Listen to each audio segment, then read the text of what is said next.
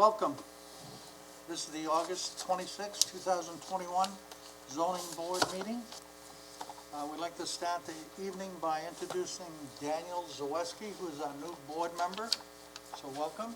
Thank you. Expect great things from him. Congratulations. And the first item on the agenda here is the withdrawal. Ralph, you want to? You want to put it on the record first? Yes. This is Appeal 2021-034, Thomas Zapata, 128 Calverton Court, Wading River, SCTM number 600-115-10.39-RB80 zoning for variances and/or relief from Chapter 301, Section B, with 2 kitchens in a single-family dwelling is not permitted. It's my understanding that application's been withdrawn. It was so moved. Second. All right, Mr. Barnes. Aye on. Mr. Zaweski. Aye. Mr. Dissolved. Still. Still? Aye. And I vote aye, so the appeal has been withdrawn. All right, you want to read the next one? Appeal 2021-029, Lanny Tuttle, 766 Sound Shore Road, Riverhead.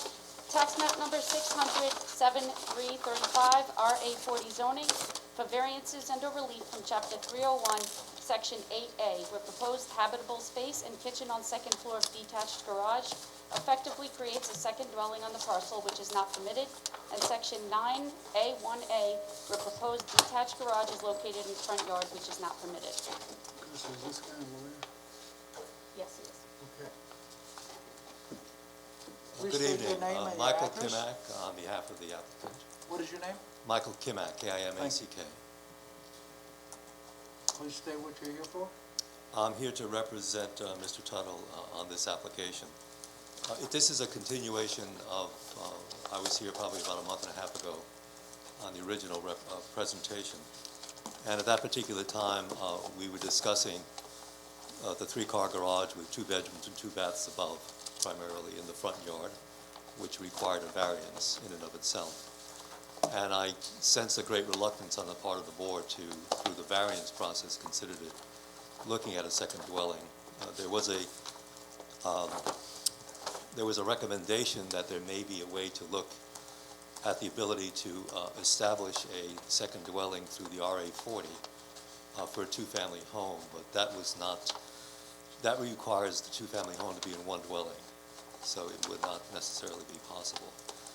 Since that time, I talked to my client, and we would like to be able to consider you to take a different path, which was in keeping with what the town basically has under Chapter 105. I resubmitted a set of drawings, basically to make the upstairs all storage, the downstairs a garage. It would still require a variance, but my client is willing to do that if this is acceptable to you, and to wait the 3 years under Chapter 105 and then apply for an apartment, which is allowable under 105 accessory apartment. We have one.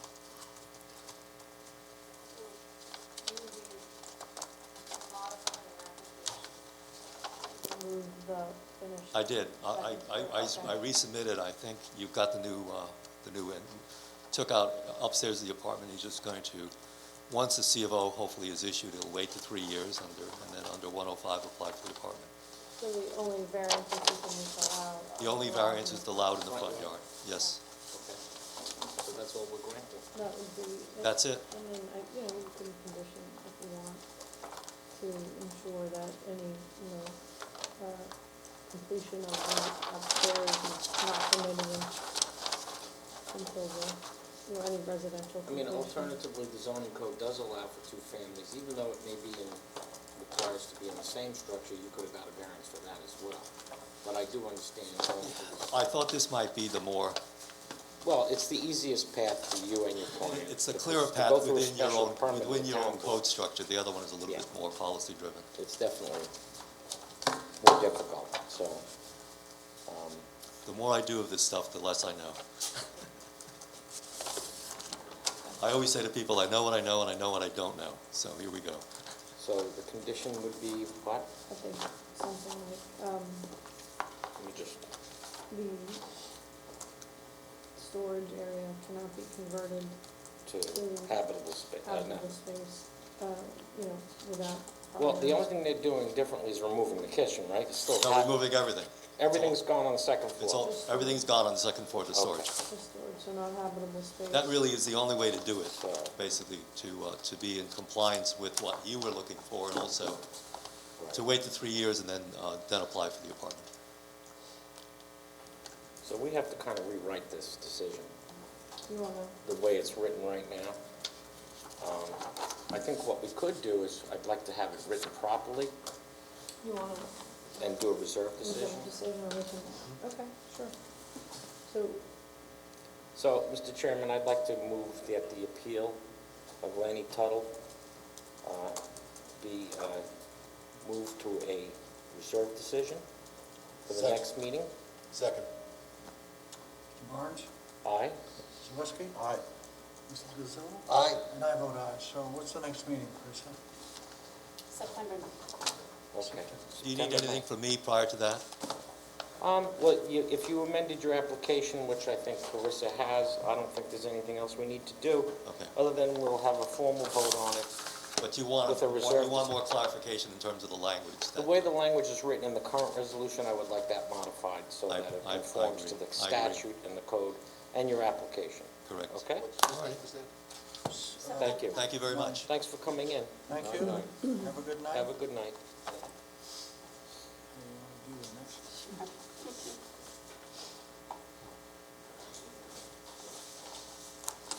Appeal 2021-035, 205 Osborne Avenue LLC, 205 Osborne Avenue, Riverhead. Tax map number 600-128-222 and 600-128-221.1. Railroad Avenue Urban Renewal Area Overlay Zoning. For variances and a relief from Chapter 301, Section 151.6A, where proposed front yard depth is 0.4 feet, minimum required is 5 feet. Where proposed side yard depth facing side street is 2.3 feet, minimum required is 10 feet. Where proposed rear yard depth is 4.6 feet, and minimum required is 10 feet. Section 151.10C2B, where off-street parking is proposed at less than 1 foot from property line, and minimum required is 15 feet. Section 231E2, where proposed parking stall size is 9 feet by 20 feet, minimum required is 10 feet by 20 feet. Section 151.10C2F, where proposed vegetative buffer between parking is approximately 4 feet, minimum required is 5 feet. Section 151.10C2E, where lots with 21 or more parking spaces require orchard planting at a rate of 1 tree per 10 off-street spaces throughout the parking lot and perimeter, and site plan proposes only perimeter plantings. Section 295B1, where proposed building accent lighting has uplighting component and all exterior lighting is required to be directed downward. And Section 295D1, where building accent lighting is proposed at heights of 25 feet and 41 feet 8 inches above grade, and maximum height for exterior lighting is 16 feet above grade. Okay, Mr. Kent, would you please state your name and address? Good evening. Good evening. My name is Christopher Kent. I'm an attorney at Farrell Fritz. My address is 100 Motor Parkway, Suite 300, Hauppauge, New York, 11788. I'm the attorney representing the applicant, 205 Osborne Avenue, on its proposed redevelopment of 205 Osborne Avenue in Riverhead. Joining us tonight is Greg DeRosa, the principal of the applicant, 205 Osborne Avenue LLC, who is available to answer any questions that the board may have about the proposed project. We're also joined by the architect for the project, Noel Rogers, and by Doug Adams, who's from Young & Young, who's the site plan engineer. I've handed up to you, first of all, I have provided the secretary to the board with proof of mailing and posting of the property. I've also taken photos today. I was at the site just before I came here at 6:30 and took photos of the property that it's still posted today. And I will provide, I will email those photos to the secretary tomorrow when I get into the office. I've also handed up to you, to each board member, a bound presentation so you can kind of walk through with me what the proposal is. So if you look, starts with the tax map of the property, which is attached as Exhibit 1, and a location map of the property is attached as Exhibit 2. And you can see 205 Osborne is at the corner of Osborne Avenue and Court Street, kind of a gateway to the town. The proposed redevelopment project includes the demolition of a long-standing vacant, single-story, 4,500 square foot medical building known as Long Island Diagnostics and Imaging Center. The project provides for the merger of two existing tax lots to form a single lot of 20,974 square feet, which, like I said, is on the northwest corner of Court Street and Osborne Avenue, followed by the construction, after the demolition of the existing building, the construction of a 5-story, 50-foot tall mixed-use building. Photos of the property as it exists today are attached as Exhibit 3. There's multiple photos there. You can see the property is in somewhat of a dilapidated condition. When I went by to take photos of the property today, it appears that people have taken up residence in the stairwells. I mean, they were there when I was there, so I think they're living there. I've also attached as Exhibit 4 a survey of existing conditions showing the building and existing grade parking on the property. The ground floor of the proposed building will include offices, conference rooms, and amenity space for the residents, and 11 covered parking spaces under the building, as well as 24 exterior surface parking spaces. There will be 39 apartment units on floors 2 through 5. The related site improvements include the 35 on-site parking spaces, lighting, landscaping, and drainage systems. The property is in the Railroad Avenue corridor. Photos of surrounding properties in the area are attached as Exhibit 5. You can see there's a large parking lot across the street directly across the street from this property that has approximately 240 parking spaces. In addition, we're adjacent to the Riverhead Library. We're also across from the Historical Society building. We're about a half a block from the courthouse and the train station, and some of the properties along Railroad Avenue, the existing development on Railroad Avenue. You can see the train station, railroad cars and trailers just to the north of the railroad tracks along Osborne. And you can see the view from the building will be the back side of the courthouse. I've enclosed a photo called Court Street looking east.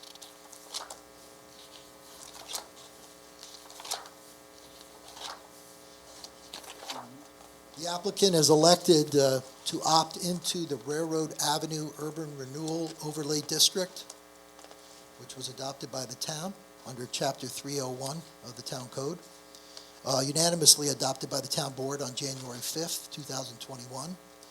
That code was adopted in furtherance of the Strategic Transit-Oriented Development Plan that the town undertook for about 2 years for the Railroad Avenue Urban Renewal Area.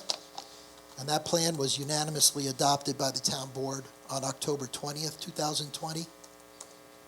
Accordingly, we are seeking the project to be reviewed under the Railroad Avenue Overlay District's dimensional zoning and development standard requirements in lieu of the underlying zoning district, which was Downtown Center 3, or DC3. An aerial photo of the Railroad Avenue Urban Renewal area is attached as Exhibit 6 in my handout. The resolution and strategic plan adopted unanimously by the town board on October 20th, 2020, is attached as Exhibit 7 to the handout. The resolution and adopted Railroad Avenue Overlay Zoning District, Overlay District Zoning is attached as Exhibit 8 in the handout. The application before the board seeks area variances for certain setbacks required under Section 301, 151.6A, and also by the development standards under Section 301, 151.10C of the overlay zoning that was adopted in January. We're also seeking relief from the lighting restrictions under Section 301-295 of the Town Zoning Code, and parking relief for the size of the parking spaces under 301-231E2.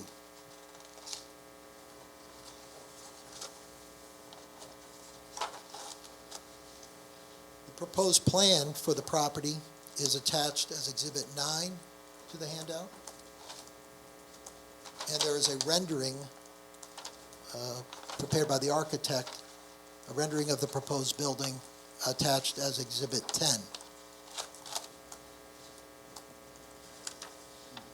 In deciding this application, Section 267B3 of the New York State Town Law requires this board to determine whether the benefit to the applicant, if the variances are granted, outweighs any detriment to the health, safety, and welfare of the neighborhood or community by such grant. In reaching its determination, we ask the board to consider each of the 5 factors set forth herein. First, the variances will not produce an undesirable impact on adjacent properties or the neighborhood. Generally, the proposed project is in substantial conformance with the expressed intent, the identified desired uses, and the thresholds adopted in the transit-oriented development study prepared and the adopted strategic plan for the redevelopment of the Railroad Avenue urban renewal area. The overall plan for this site is in substantial compliance with the dimensional requirements and development and design standards of the Railroad Avenue Overlay District. The objective of the adopted study is to encourage a mix of uses and increased density needed to reinvest and reinvent this part of downtown that will attract private investment from the development community. The concept was to extend the zoning regulations adopted in the DC-1 zoning use district to the Railroad Avenue corridor. The area surrounding the project is an area already in transition. Under the town's Railroad Avenue Overlay District zoning, the town is committed to redeveloping the area into a walkable, mixed-use neighborhood to complement their revitalization efforts already underway just to the south on Main Street. The project site, specifically, is a long vacant commercial property located at the entranceway to the town's downtown district and the state Supreme Court complex. It is a corner lot with 156 feet of frontage on Court Street and 147 feet of frontage on Osborne Avenue.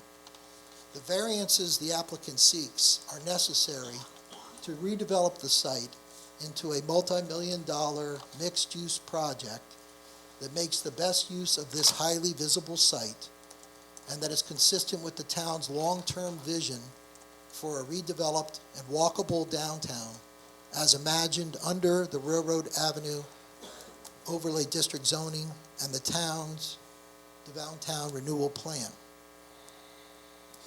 Although the project as proposed requires relief from this board under multiple sections of the town code, the variances are needed to convert this underutilized corner lot in a prominent location in Riverhead's downtown into a standard bearer for mixed-use buildings in furtherance of the town's objectives and the long-term vision of the Railroad Avenue area. The project is also consistent with, but less intense than, similar projects recently approved for the DC-1 district to the south. The project, its residents, and its visitors will benefit from the property's prime location at the intersection of Osborne Avenue and Court Street, with ready access to an abundance of underutilized public parking directly across the street on Osborne Avenue, and within a quarter mile of the site and in walkable distance to downtown Riverhead on Main Street.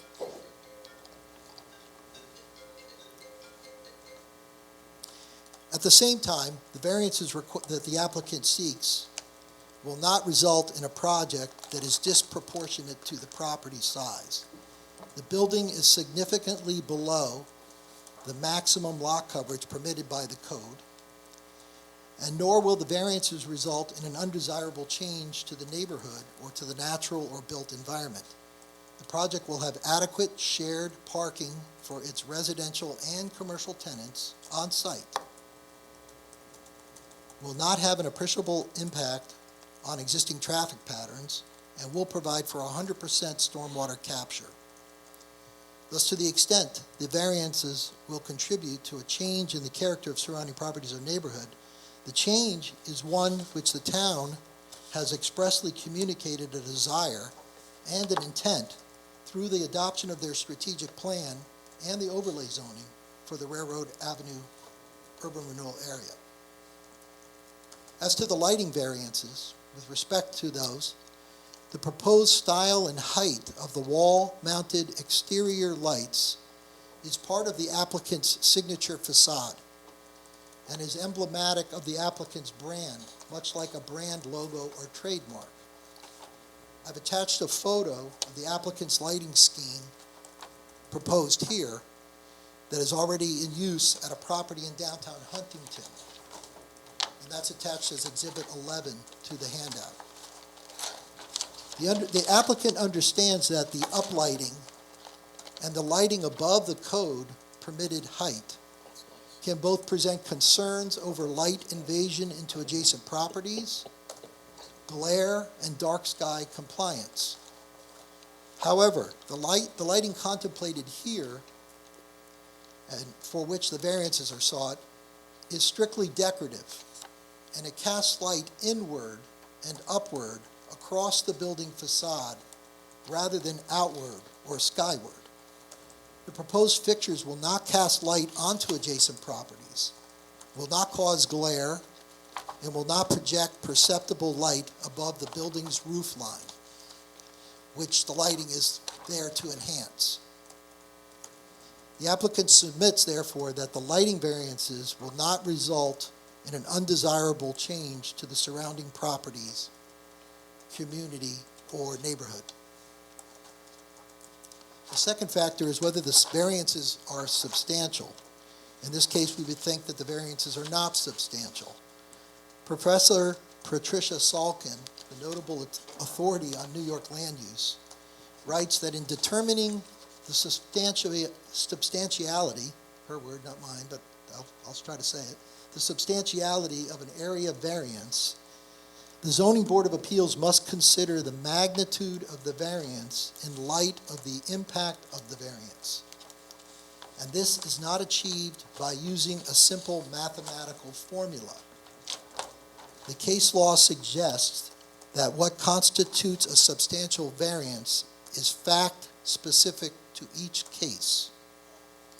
And that quote that I just read to you has been cited in numerous court cases on the granting of area variances. Here, the variances that the applicant requests are mathematically substantial. However, their practical impact is not substantial. The project site is an approximate 21,000 square foot corner lot with 156 feet of frontage on Court Street and 147 feet of frontage on Osborne Avenue.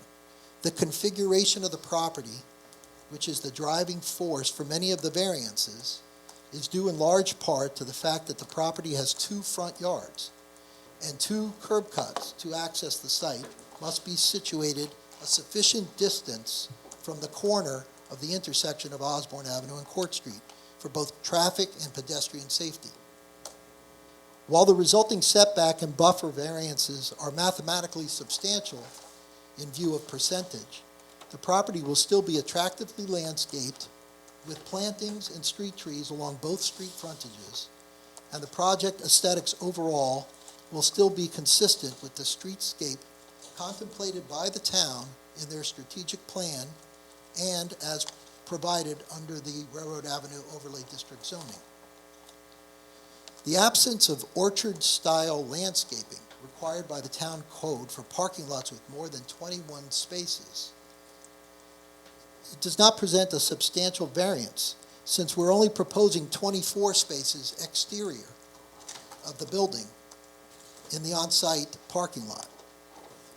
Complying with this particular landscaping for the 24-space exterior parking lot is not feasible, given the property size and the layout that would detract from the essential space needed for drive aisles to access the two roads from this corner lot. The parking space variance,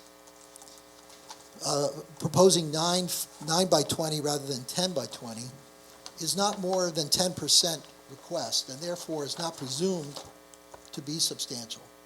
Nevertheless, the reduced scale of the parking spaces at 9 feet by 20 feet on a private parking lot for the residents of the facility and the tenants of the facility still provides sufficient area for parking and maneuvering of standard-sized passenger vehicles, and has been approved in many sites throughout the town.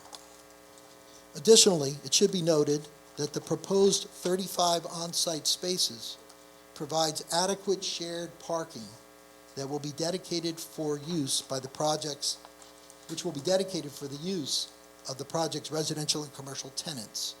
Commercial tenants will have more than adequate parking during weekdays and business hours, when there will be fewer vehicles in the lot from the project's residential tenants. As required by the code, the project provides more than the required number of parking spaces for the proposed residential use, which would be 24 in this case, and we're providing 35. And the remaining requirement of commercial parking, we're providing 11 rather than the required 15 commercial spaces. So the variance would be 4 spaces.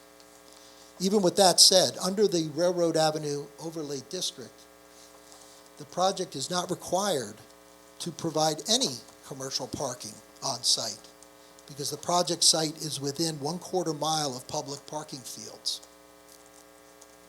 With respect to the lighting variances, I'm sorry, did I go back to that? That is, they're not, we're talking about substantiability. With respect to the lighting variances, they are not substantial because, as explained, the lighting is purely decorative and is not designed to cast light outside the project site. The third factor is that the benefit sought by the applicant cannot be achieved by some alternative means. With respect to site design variances, the applicant has designed the project to be proportionate to the project site and oriented in a way that accomplishes the streetscape objectives provided under the Railroad Avenue Overlay District and the strategic plan. Moreover, the applicant has already scaled the project down by, among other things, reducing the building height to be 50 feet or less as provided under the code. The building coverage and impervious surfaces proposed are far less than the code permits. The applicant has also reduced the area of the 5th floor and set it back from the corner to reduce the massing of the building facade. If required to scale the project down further to a size that will allow for full compliance with all Railroad Avenue Overlay District standards from which the applicant seeks relief, the project would become unviable, and the investment may not just may go away and would not fulfill the purpose of the strategic plan or the Railroad Avenue Overlay District zoning. With respect to the lighting variances, as indicated in the response to the previous item, the exterior lighting is a signature style on the applicant's building projects.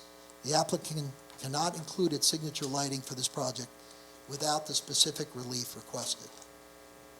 The fourth factor is that the variance will not cause an adverse effect on the environment. Individually, none of these variances the applicant's request will have a direct adverse impact on the environment. Likewise, the variances can, when taken together, will not result in a project that has an adverse environmental impact. The potential areas of environmental concern associated with the project are traffic and parking, groundwater impacts, stormwater runoff, waste disposal, and light pollution. However, none of these potential concerns present an actual issue of concern. Parking and traffic. The project will work well with existing traffic patterns and will not result in a significant increase in traffic among present levels. The size of the proposed commercial use and the number of proposed residential units does not reach a level that would necessitate a traffic or parking analysis beyond that conducted in connection with the strategic plan that was prepared and approved for this area. With respect to parking, the 35 on-site parking spaces are supplemented by the abundance of underutilized off-site parking, public parking, in the parking field directly across on Osborne Avenue, and within 1/2 mile of the project site. Groundwater impacts and stormwater. The project will be served by public water, Riverhead Water District, and public sewer, Riverhead Sewer District. All stormwater generated by the project will be captured and directed to on-site dry wells that will recharge the water into the subsurface. Therefore, the project will not impact groundwater quality or quantity. All waste generated by the commercial and residential components of the project will be collected and stored in a fully enclosed and screened dumpster enclosure and will be disposed of by a private commercial waste hauler. Light pollution. The unique exterior lighting for which the applicant requests relief will not create light pollution issues because the lighting is strictly decorative and it casts light inward and upward across the building facade rather than outward. The proposed fixtures will not cast light onto adjacent properties, will not cause glare, and will not project perceptible light above the building's roof line. The last factor to be considered is whether the difficulty is self-created. The difficulty to the applicant is, in a sense, self-created, in that the applicant could propose a development that is consistent with the underlying DC3 zoning. However, due to site constraints, the applicant cannot design a financially viable mixed-use project that is consistent with the town's vision as adopted by its strategic plan and under the Railroad Avenue Overlay District zoning without the dimensional relief requested in this application. In any event, there is case law that this factor of whether or not the difficulty is self-created is not determinative in area variances. Quoted from the court case on this matter, while the self-imposed nature of a hardship is fatal to a use variance application, the self-imposed nature of a hardship is significant but not determinative to an area variance. The applicant respectfully submits that the zoning board should not count the self-created hardship here against the approval of the project, since the relief sought is in furtherance of the town's urban renewal efforts for the Railroad Avenue area and is supported by the adopted strategic plan and the Railroad Avenue Overlay District zoning. So for all the foregoing reasons, the applicant respectfully submits that it meets the statutory tests for granting the area variances needed for its project. We hereby request that the zoning board should approve the application in its entirety. We're happy to provide any additional information or answer any questions you may have at this time.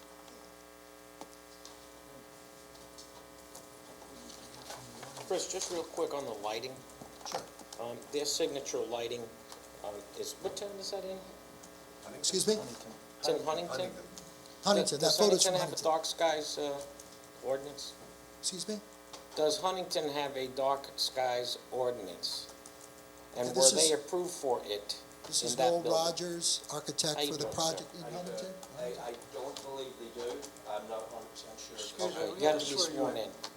I'm sorry. Solemnly swear to tell the truth, the whole truth, nothing but the truth, so Yes, I help me God. Please state your name and address. Noel Rogers, 36 North New York Avenue, Huntington, New York, 11743. Thank you. Go right ahead. To the best of my knowledge, I should know that question right now, but I can't tell you It's definitively. fine, just curious. We have used that lighting on several buildings that we've done there, and it never came up in Never any- came up as an objection, or you don't know if they have a... No, I can check out, and I will get back to you on that if that's necessary, but Just I know it curious. has not been a problem, nor did it come No. in any issue with it. And, Chris, may I ask you a question? You said that you downsized the building, the developer downsized the building from what? And was it based on planning department comments? Yes, Okay. we, So- we met with planning staff, we had meetings, we had 2 staff reports, and we revised the plans consistent with the staff reports to So the when extent you we went could. in, what originally did you propose, and how was it downsized? The building was originally 58 feet, and we Okay. brought it down to 50 feet. All right. Huntington does have a dark sky. Okay, thank you. You're welcome. Mr. Kent? She said The Huntington town of does. Huntington does have a dark skies ordinance. I haven't read the specifics of it, but it does exist, so. She says it has it, Huntington. She looked it up. Go ahead. You don't have to write me. Mr. Kent? So Chris, if we look at, we're looking at, what, 39 units, and we're looking at 4 studios, 27 one-bedroom, and 8 two-bedroom. That's correct.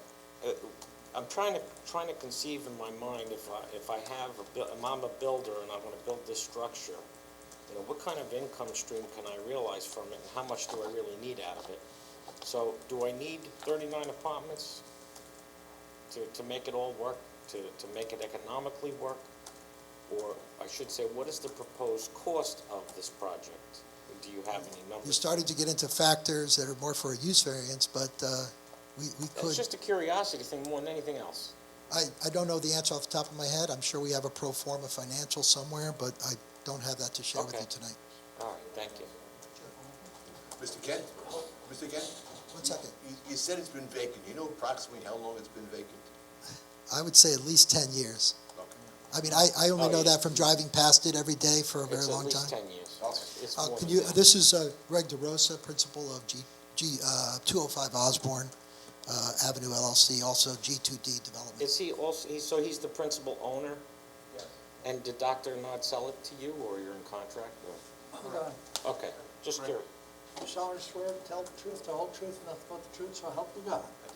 Please state your name and address. Good evening.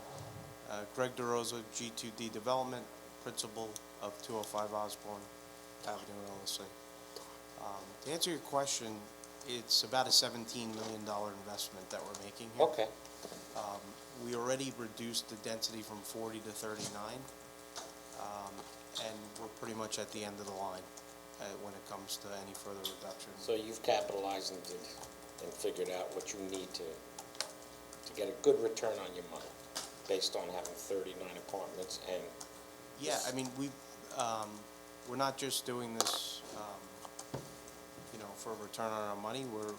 This would be our second project in Riverhead. We believe in Riverhead. We're building another project on Main Street right now, which we're excited about. And we're developers, builders, and property managers. So, typically we get involved in a project and we hold on to it and manage it for a very long period of time. So, that's what our intent is here. We identified this location while we were developing the first project and thought that, not to beat a dead horse from what Chris was saying, that it was consistent with what the town had wanted in the area. And so we're very excited about it. We've spent a lot of time with the town, trying to figure out, what would work best on this site.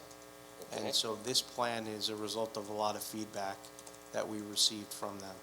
That's what I was more curious about, because I don't follow what goes on behind the scenes in the planning department until it really comes to us, so I was just curious Understood. how it happened. Thank you. Understood, thank you. Thanks a lot.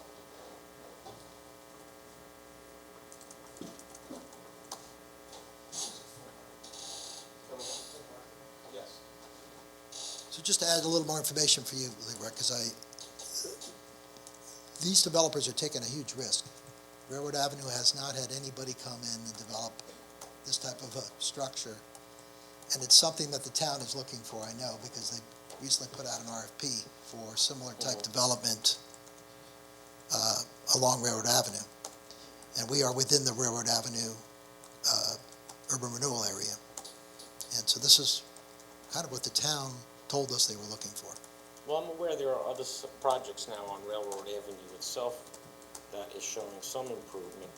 So this could help and it could hinder, I don't know. I don't know what the outcome could be.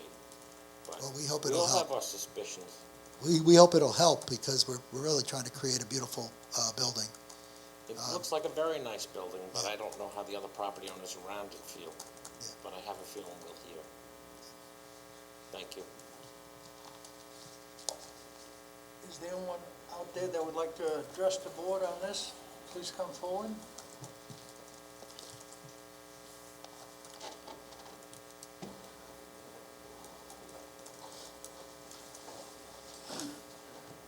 Let's see, he's not a lawyer. We didn't ask him. Are you a lawyer, sir? I am not. Please raise your right hand. Do you solemnly swear to tell the truth, the whole truth, and nothing but the truth, so help me God? I do. Please state your name and address. My name is Juan Michelli Martinez. I am a downtown Riverhead resident. I live at 295 Newton Avenue. I have several issues with the appeal as it stands, and they are as follows. As proposed, it provides an adequately sized parking for its residents. The proposed size of the building is too large as it relates to the total depth of front and side yards. Water, can our water district adequately supply this building and its future residents? Safety, is there sufficient water pressure to mitigate any potential fire hazards should they occur? And lighting, as we know, as it's been stated, it exceeds the height and the direction, although it's going towards the building.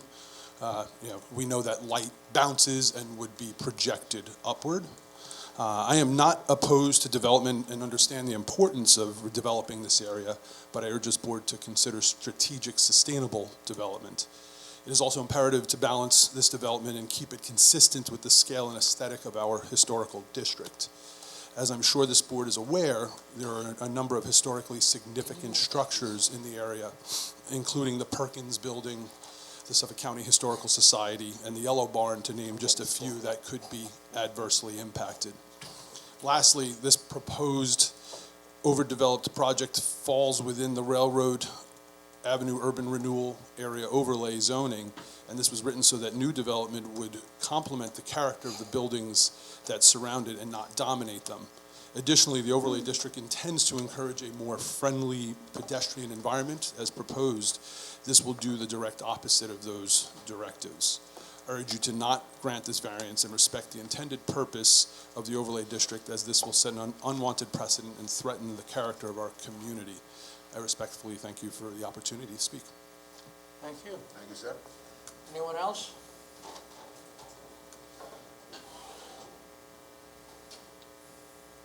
Sir, we got someone coming up behind you. Does that make him first? Okay. Please raise your hand. I do solemnly swear. to I tell do the solemnly truth, swear, Tell the truth, the whole truth, and nothing but the truth, so the whole help you truth, God. nothing but the truth, so Your help me name God. and address, please. My name is Noel Gish, 44 Dune Drive, Riverhead, New York. I actually like the development of the shipyard, which seems to be a brother and sister relationship to this one that's coming up. But in the long panel of changes to the zoning, whether it was side yards, backyards, or tree development in that area, words of my mother came to me. She always used to say, try and make the ship fit the river rather than the river fit the boat. And I think in this particular situation, that may be part of what we're doing. I am also concerned that it is, as was stated, this is an entrance to Riverhead. And you do have two buildings there that are significant to the history of this town. Yes, as was stated, the Suffolk County Historical Society Museum, which has been there since the Depression years and is the oldest historical society in both Nassau and Suffolk, will be dwarfed by a building of 50 feet. And to raise that standard, as you know, will open the door to other demands that will be made by other developers to reach that same amount. I don't know whether you want a Riverhead with all buildings that will have a 50, or there will be a contingency plan, obviously, to maybe raise it to 60. I think that you'll dwarf those two buildings. Anybody who was there on Memorial Day of this year at the memorial at the Suffolk County Historical Society realized there was no available parking in that area. Having lived in Smithtown for a number of years and heard that same argument, I've never seen the shared routine work. I am not going to poll the board, but I would wonder how many of you have one car in your home. I know I started with 2, and then as son and daughter grew, it became 4. And with cars that were repaired in my driveway, there were others.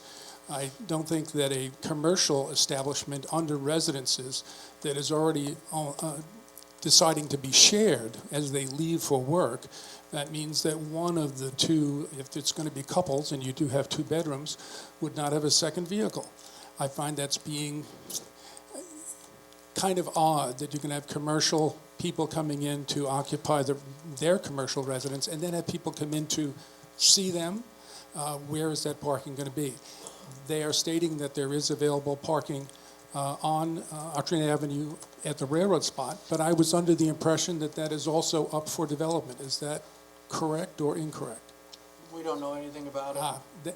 That's a concern. I have heard that Court Street was going to be closed and that there was a possible revitalization of that area also, which would end the parking that this particular development is relying on. So with that in mind, I ask you to consider the comments of my mother. Obviously, there are gentlemen like yourselves who sat here and made these zoning ordinances for the purposes of making life in Riverhead a little bit better and not congested.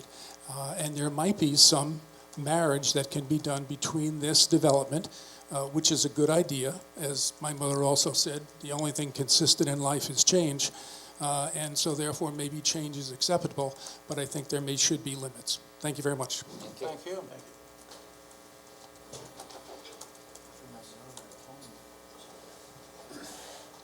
Were you lawyers?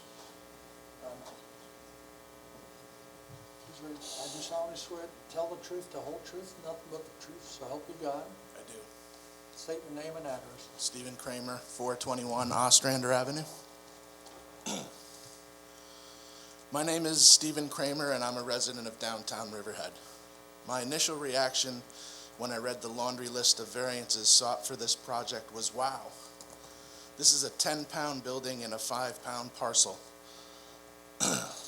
However, rather than addressing these variances in total, I want to address one variance in particular, the request to reduce the front yard from 5 feet to 0.4 feet. Since I was an English major and not a mathematician, I had to run that through my calculator to determine that the applicant is requesting a front yard of 4.8 inches. Which made me ask, would Riverhead Town ZBA allow Stephen Kramer to extend his house to within 4.8 inches of the sidewalk? Perhaps more to the point, would Stephen Kramer ask the ZBA to allow him to build an extension to his house that was 4.8 inches from the sidewalk? The answer is no, I would not. Why? Because I care about my neighbors, our neighborhood, and our downtown. What is painfully obvious with the request for these variances is that this applicant has no interest in being a good neighbor, to take into account the needs of his neighbors, our neighborhood, or the downtown as a whole. The reason Riverhead Town and municipalities have zoning is to foster neighborly relations, to build neighborhoods and interactive, dynamic downtowns. And therein resides the responsibility to refuse unneighborly variances. 4.8-inch front yards, 10 pounds of building in a 5-pound parcel. And so for the sake of neighborly relations in our downtown neighborhood, I urge the ZBA to vote against these variances. Thank you. Thank you. Anyone else? Okay, yes, ma'am. You solemnly swear to tell the truth, the whole truth, and nothing but the truth, so help you God? I do. State your name and address, please. My name is Laura Jen Smith, and I'm from Laurel. First, I would like to say that Mr. DeRosa has invested in our community. I think he's building a beautiful building downtown, and I applaud him for that. I applaud him for continuing to want to invest in our community and invest in the new district, the Railroad Overlay District. So I do find it difficult to be here to address these variances, but I felt that I need to come, I think, and speak out on this. So the Railroad Avenue Urban Renewal Area Overlay District was created after a 2-year evaluation study and a strategic plan. It is intended to complement the character of Main Street and encourage transit-oriented development and pedestrian-friendly streetscapes at a scale that is suitable for a property size. The newly enacted, I'm just going to call it the double R code, it's a tongue twister, requires a minimum property side of 20,000 feet to take advantage of the overlay district enhancements, which includes an allowable increase to 5 stories, multi-unit apartments, and reduced parking requirements. This proposal sits on a parcel just a bit over the minimum requirement, and that would restrict it to DC3 zoning that would limit the property to a height of 35 feet and allow only residential townhouse development. The applicant comes to you today requesting development standards and area variance relief. Relief on a property that, as Mr. Kent pointed out, is 20,974 feet in size. The variances being requested equate to more than a quarter of the property size, and that equates to more than 5,000 feet on this small parcel. It sounds more like they are requesting to develop their own zoning code to meet their needs rather than attempting to meet the requirements of the current zoning. I am here today not only as a resident of Riverhead, but a member of the Suffolk County Historical Society.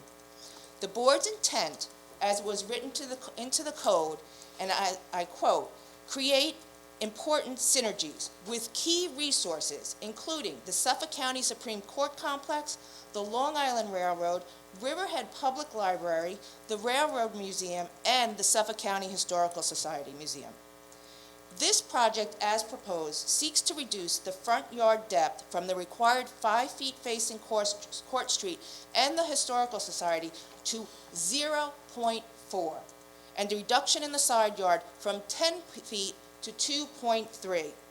A reduction in the rear yard setback from 10 feet to 4.6, and a reduction in off-street parking from the property line from 15 feet to less than 1 foot. This relief, if granted, would undesirably impact the adjacent properties and neighborhood and the intent of the newly enacted RROD zoning to create a pedestrian-friendly streetscape. These reliefs being requested would place the building almost smack against the sidewalk, something that the newly adopted pattern book and the newly enacted zoning have sought to discourage. We have an opportunity to get this right, to create not Queens-like development while still encouraging density. We must create an environment that will be inviting and encourages walking and visiting. And we have an opportunity to get this right. The floor plan ratio being proposed is 1.96. It is in a community benefit zone, which allows the developer to seek alternative building placement in order to meet the required setbacks. Riverhead has invested tens of thousands of dollars to develop plans for revitalization and to enact zoning to support efforts to return life and vibrancy to our downtown. The applicant's attorney has described the relief as not substantial. If the front and side yard setbacks are granted, it will have a substantial impact on the look and the feel of the area, to the adjacent buildings and to the neighborhood. It will reduce open space and green space along the pedestrian walkway. It will reduce ambient light in the area, impede pedestrian flow, including during long-standing community activities like the Veterans Day Parade, and bad weather such as snowstorms and ice storms in a transit-oriented development area. I urge you to uphold the town's dark skies also, and not grant the variance requested for proposed uplighting of 25 feet and 41 feet. Town code permits downward-facing lighting not above 16 feet. As per the applicant, the lighting variance request serves no useful purpose with respect to public safety, health, or welfare. And as such, I ask you to deny that variance. And I am also looking at the request to reduce parking spaces to accommodate a typical size car. And I'm not curious what a typical size car is, because we know that one need only look out in the parking lot while you're here or drive around town to see that our community does not ride around in typical size cars. We have a large amount of SUVs and pickup trucks in our area. Wouldn't the community be better served with a variety of parking sizes instead of an overall direct reduction for this project? So it is for these reasons I respectfully request that the variance requests for this project do not meet the statutory test for granting the variance relief. And also to keep in mind that granting these permits would also set a dangerous precedent for all future projects that would negate the substance of the recently acted Railroad Avenue Urban Renewal Overlay District zoning. So thank you for listening. And I just have one question. The executive director from the Suffolk County Historical Society did send a letter out, and I'm just was wondering, did everybody receive that letter? It's been received. Okay, and just to have that be made part of the record. file. It's in the file. Okay, it's part of the record? Yeah, we've all read it's in the file. Okay, thank you very much. Thank you. Anybody Anyone else? else? You want to let them finish first, maybe then you can respond to whatever you think is appropriate? Okay. You solemnly swear to tell the truth, the whole truth, and nothing but the truth, so help you God. I do. Please state your name and address. My name is Janet O'Hare, and I live at 852 Pondview Road in Riverhead. I'm here representing the Riverhead Free Library. I am president of the Board of Trustees, and we're here to support all the things that Laura has just said and these other people that have just said, because we are very concerned with these appeasements. I was going to repeat the appeasement requests, but we've already gone over that quite a few times to see really is a large amount that's been requested. It's not feet, it's inches, it's more. It's just, we're very concerned at the library from the noise, the dust, because our property is adjacent to this other property. I mean, I think it would be nice to have, a new building go up, but not such a large building, and not just a 5-story building. The Riverhead Library is a 1-story building. This would stop the lights from coming in, stop our landscaping may be affected. I wanted to throw a number out for you people, just because I was pretty impressed with it. Last month, from June to July, we had 7,400 people come to the library. I think that's pretty impressive. So we have everybody, and we accept everybody. So we have a lot of action going on in our parking lot. And, if they're going to be putting pilings in, if there's going to be a lot of truck traffic, we would be willing to put up with some of that, but not for a 5-story building. I think Mr. Kramer said it, and we agree with him. We respectfully ask the Board of Zoning Appeals to deny this application. Thank you. Thank you. Somebody else. Anyone else?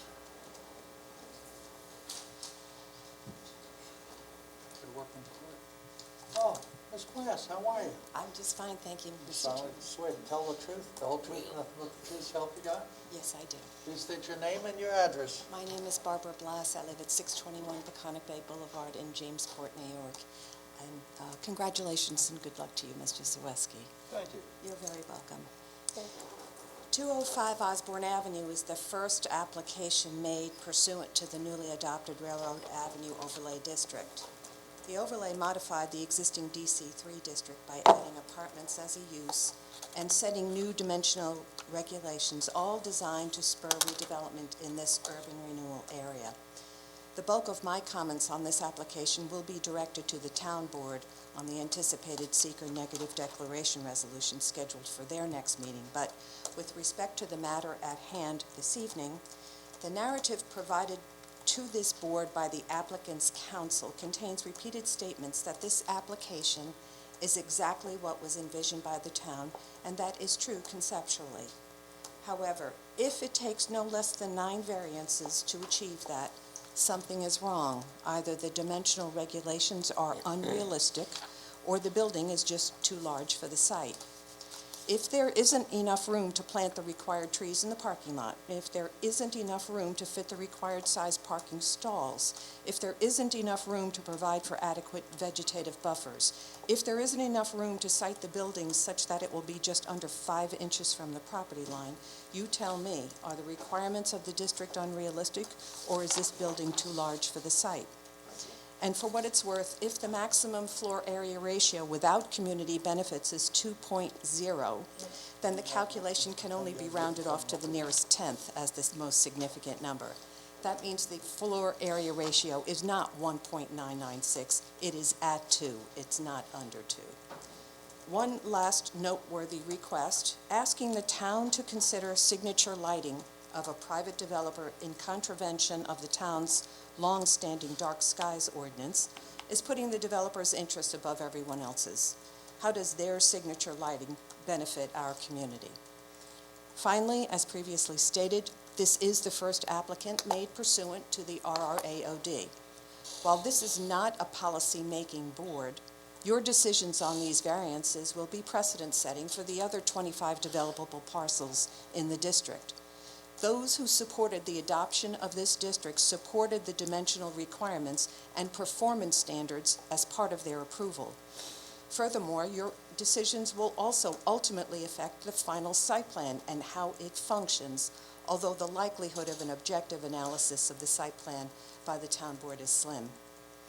You have a series of discretionary decisions before you, all resulting from self-created hardships on the part of the applicant. For the above stated reasons, I am strongly opposed to the granting of these variances. Thank you for your time and attention. Thank you. Anybody else? Okay, Mr. Kent? You want to respond to any fashion, Mr. Kent?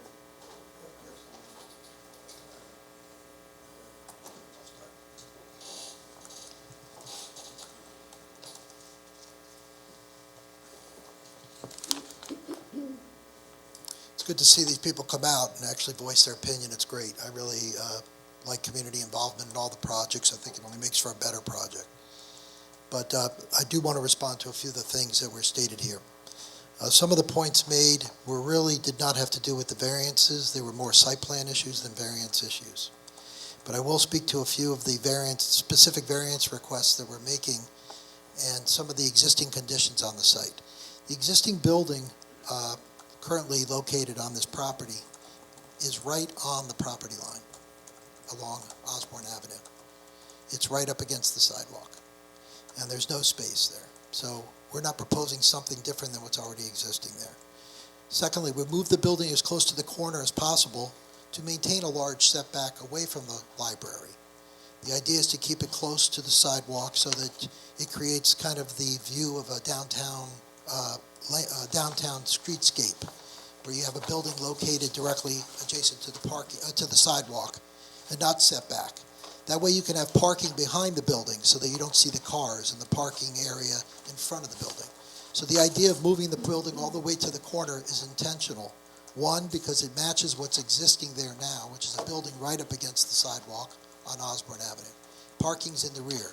The existing parking lot is also not set back at all from the property line. The existing parking lot goes right up to the property line. There's no difference between what we're proposing and what's there now as far as the parking lot being set back from the property line. And you can see that on the survey along Osborne Avenue. You can see it, the parking area adjacent to the parking area that's at the library. And you can see the parking area that's adjacent to the open space that's existing and will not be altered that exists on the library side, which is the western boundary of the property. So on those two things, I want to tell you that since we're a corner lot, we don't really have any neighbors to the front. We have sidewalk and street. And we're pushing the building as close to the sidewalk and street to maintain a real nice buffer from the library.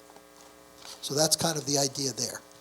As far as water, and I don't know if that's a real issue for the Zoning Board of Appeals, but we did have a flow test that was just conducted and completed.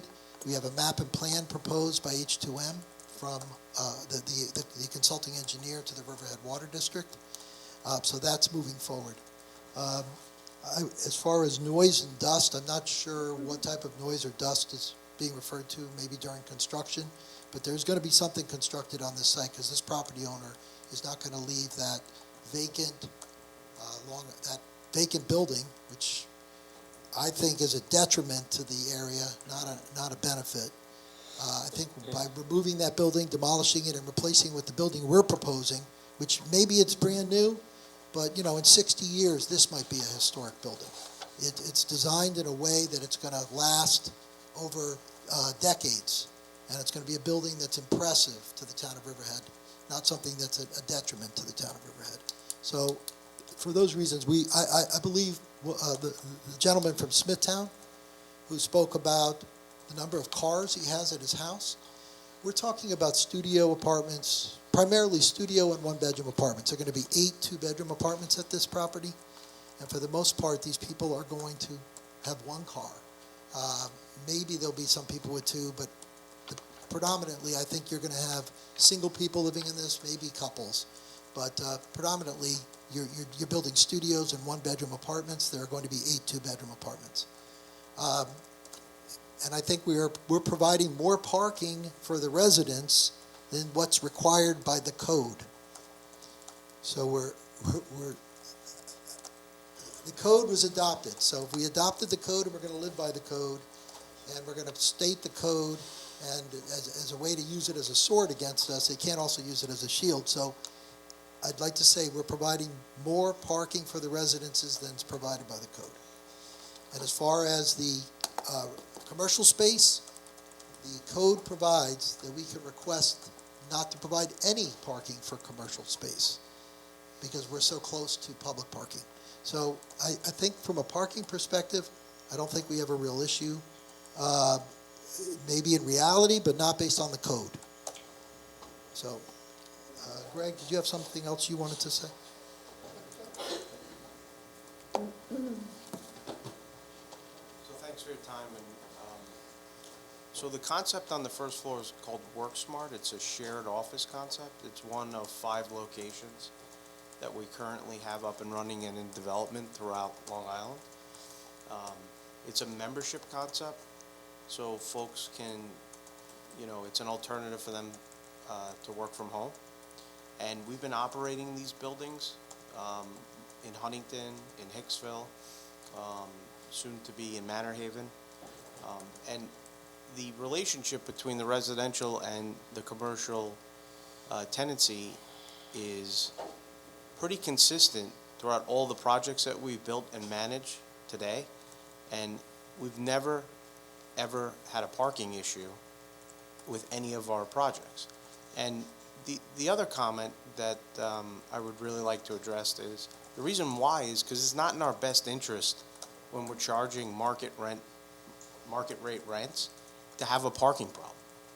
Because people are pretty smart, and when they realize that they can't come home and find a spot to park their car, they'll move somewhere else. And therefore, we cannot charge them a market rate rent if there's going to be a parking problem. So we're very conscientious about that and put a lot of thought and time into our developments, and that is really a big part of it. The other thing is the height. We're not asking for a height variance. We're building the building to 50 feet. The building is being built out of concrete, which is an additional cost, so that we can comply with that requirement. So, thank you. Okay, what I'd like to say, One point that I can make that. one more, go ahead. I just wanted to say one last thing, and I apologize for not saying it earlier. The building coverage proposed is 9,055 square feet, which is 43% lot coverage. The zoning permits 60% lot coverage. So this whole idea that we're stuffing this gigantic building on a site that's too small, we're doing site coverage, building coverage on the site of only 43%, where 60% is permitted. Okay, first of all, I'd like to say thank you for everyone that contributed tonight, from Chris to the public. We're glad to hear what you have to say. At this time, this board cannot make a decision because it's in front of the town board for a secret event, and that's going to, be coming up somewhere around September 8th. So there'll be no decision, and I'll turn it over to Mr. All right, Mr. Chairman. Beg your pardon. I know, these mass staff are... Mr. Chairman, with respect to appeal number 2021035, I move that the appeal of 205 Osborne Avenue LLC, 205 Osborne Avenue Riverhead, SCTM number 600-128-2-22, and 600-128-2-21.1, Railroad Avenue Urban Renewal Area Overlay Zoning for variance and or relief from Chapter 301, Section 151.6A, where proposed front yard depth is 0.4 feet and minimum required is 5 feet, where proposed side yard depth tracing side street is 2.3 feet and minimum required is 10 feet, where proposed rear yard depth is 4.6 feet and minimum required is 10 feet. Section 51.1.10, C, subdivision 2, subdivision B, where off-street parking is proposed at, God bless you, 1 feet from property line, and minimum required is still, and minimum required is 15 feet. Section 231E, subdivision 2, where proposed parking stall size is 9 feet and by 20 feet, and minimum required is 10 feet by 20 feet. Section 151.10, subdivision C, subdivision 2, subdivision F, where proposed vegetative buffer between parking is 4 feet and minimum required is 5 feet. Section 151.10C, subdivision 2, subdivision E, where lots with 21 or more parking spaces required, quote, orchard, and quote, planting at the time, at a rate of 1.3 per 10 off-street parking spaces throughout the parking lot. And perimeter and site plan proposes only perimeter plantings. Section 295B, subdivision 1, where proposed building accent lighting has uplighting components and all exterior lighting is required to be directed downward, and section 295D, subdivision 1, where building accent lighting is proposed at heights of 25 feet and 41 feet, 8 inches above grade, and the maximum height for exterior lighting is 16 feet above grade. Be, in view of the public's interest, be held open for a 10-day written comment period ending on September 5th at 4:30 p.m. So moved. Second. Okay, Mr. Barnes, What are we actually voting on? that we're leaving it open until September 5th. Okay, That's the Public whole resolution? that's the whole, yeah, Okay. because we don't know what the town's doing, and we're still getting comments. I just want to make sure it was clear, that's what we're Good, doing. It wasn't clear to me. But it is now, thank you. good. Aye. Aye. Aye. And I vote aye. So we'll keep this open for 10 days for written comment. When you have written comments, please turn them in. We've read all the letters that have come in so far, and this thing is open. So thank you for being here tonight. I mean, to have a crowd like this is, wow. So be safe, and we'll take a few minutes to let room clear out. If they want. I get paid extra for eating that long one?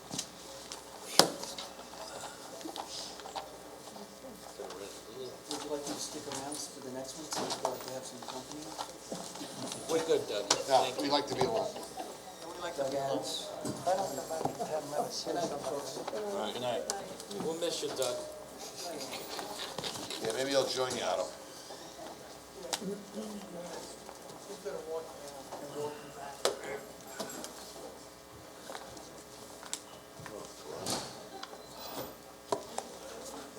Where are we getting these old guys? It's nice and warm. Oh, Otto, definitely.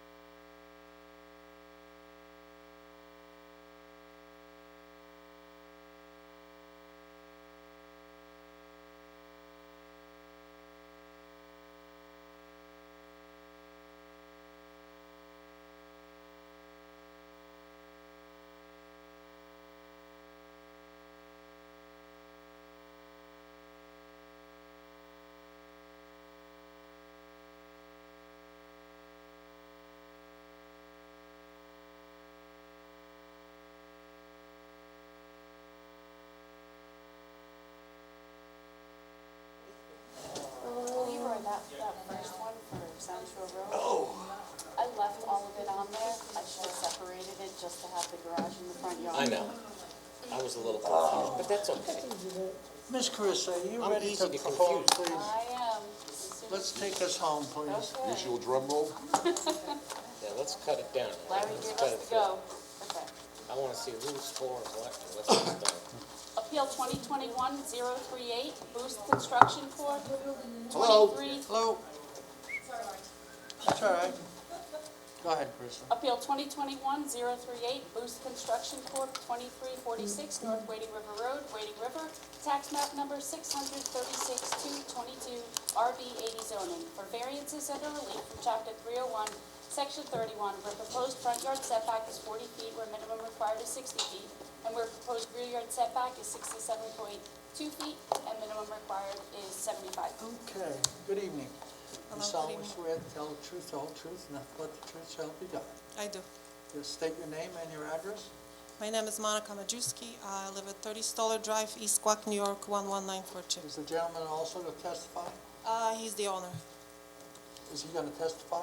I think there's going to be questions, so Okay. he's here to put the questions. Go ahead. So, Why are you here? I'm representing the applicant tonight on this application. This is an empty residential lot. If you can look at the survey, I'm sure you've looked at it. This is a flag lot, and it's surrounded by all residential lots improved with one-family dwellings. Looking at the area map south of the south lot on the North Wading River Road, there's a 3,400 square feet, a 6-bedroom dwelling. And on the east side, there's a 2,000 square foot 4-bedroom house on a similar size lot. The applicant proposes 2-story dwelling with attached garage about 2,500 square feet, which is consistent with the character of the neighborhood. We are unable to comply with the current RB 80 zoning due to existing lot being non-conforming, and in order to build on a proposed dwelling, the owner is asking for 2 setback reliefs for a front and rear yards. As a result of the pre-existing undersized nature of this lot, the applicant concluded that the hardship was not self-created. The applicant believes that desired variances will not cause undesirable change to the neighborhood, create a detriment to nearby properties, or affect environmental condition in the area. The surveyor proposed stormwater drains. As per town codes, the owner also was granted approval from Department of Health for a septic tank and will connect to the Riverhead Water District for water. So we have not heard from the neighbors up to date, but I think someone's here, so we'll take questions if the Okay, board has any Have questions. the cards been returned at all? Yes. Okay. Okay, so, Is anyone out there to speak? here we go. And we're off. Ta-da.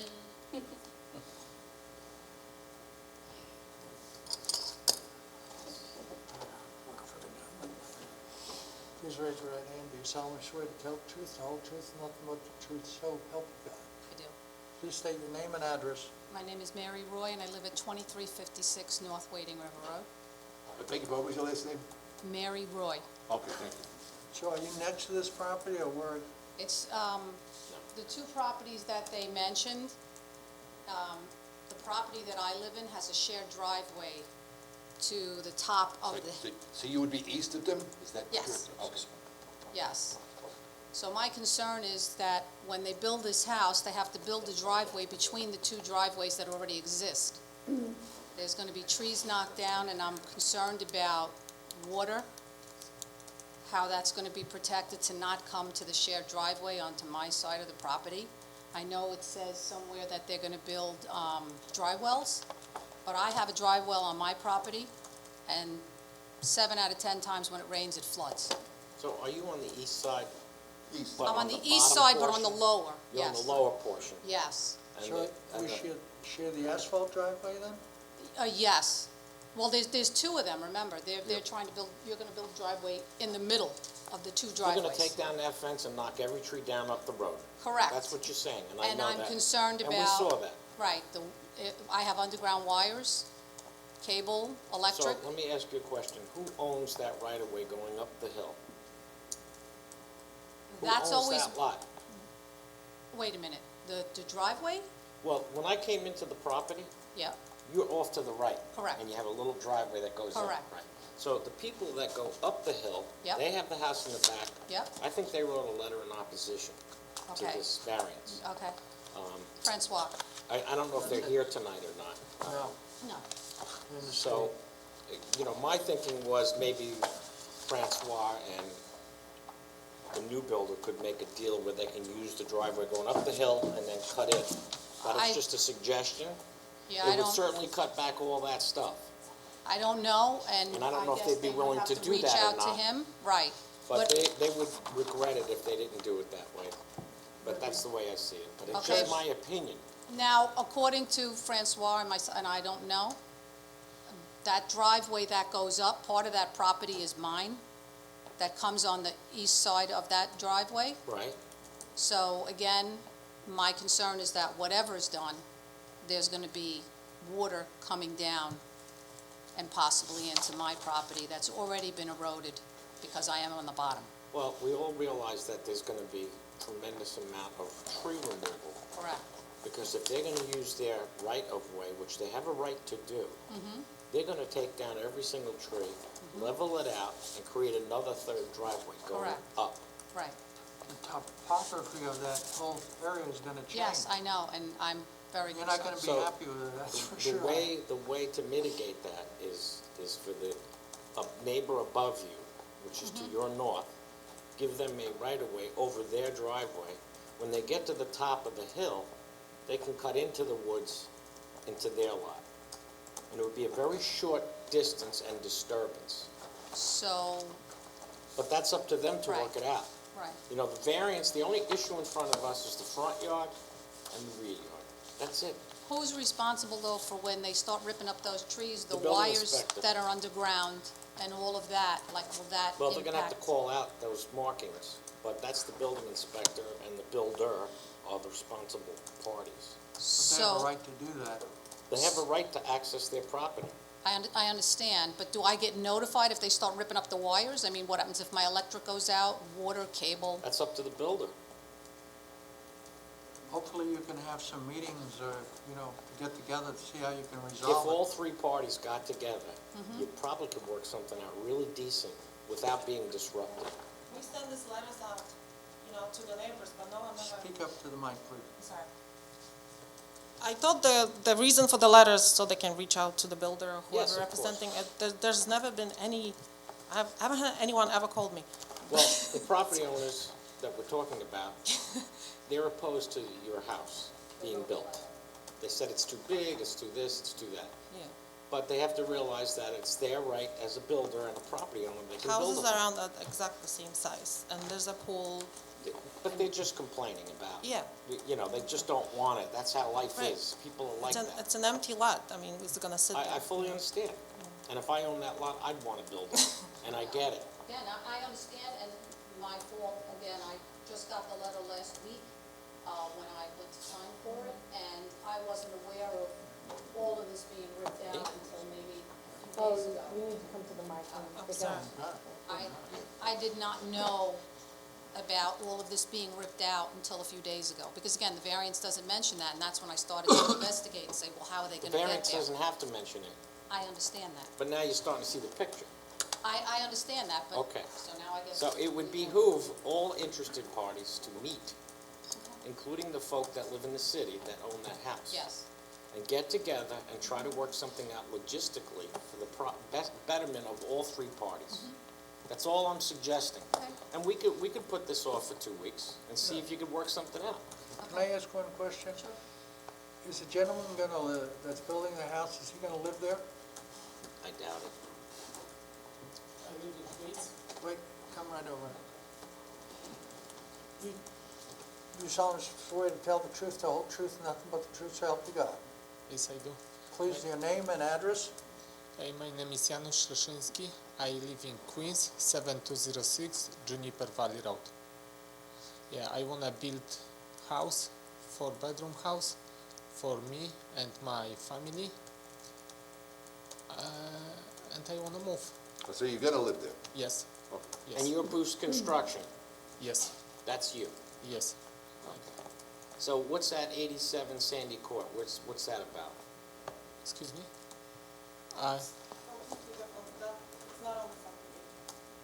No, but I saw 87 Sandy Court in one of the applications. Oh, the address?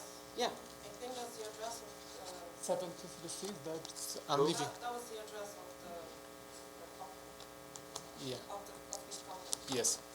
So why is it in Riverhead and you live in Queens and, Because I want to build the house, I want to move for my family.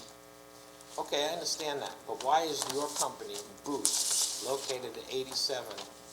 Just, I'm sorry, I'm speaking because. Please speak, come to Because the I was mic and confused explain. about this as well. And, using the same lawyer to open the company, so I think there was some kind of. So you used an attorney out of that address?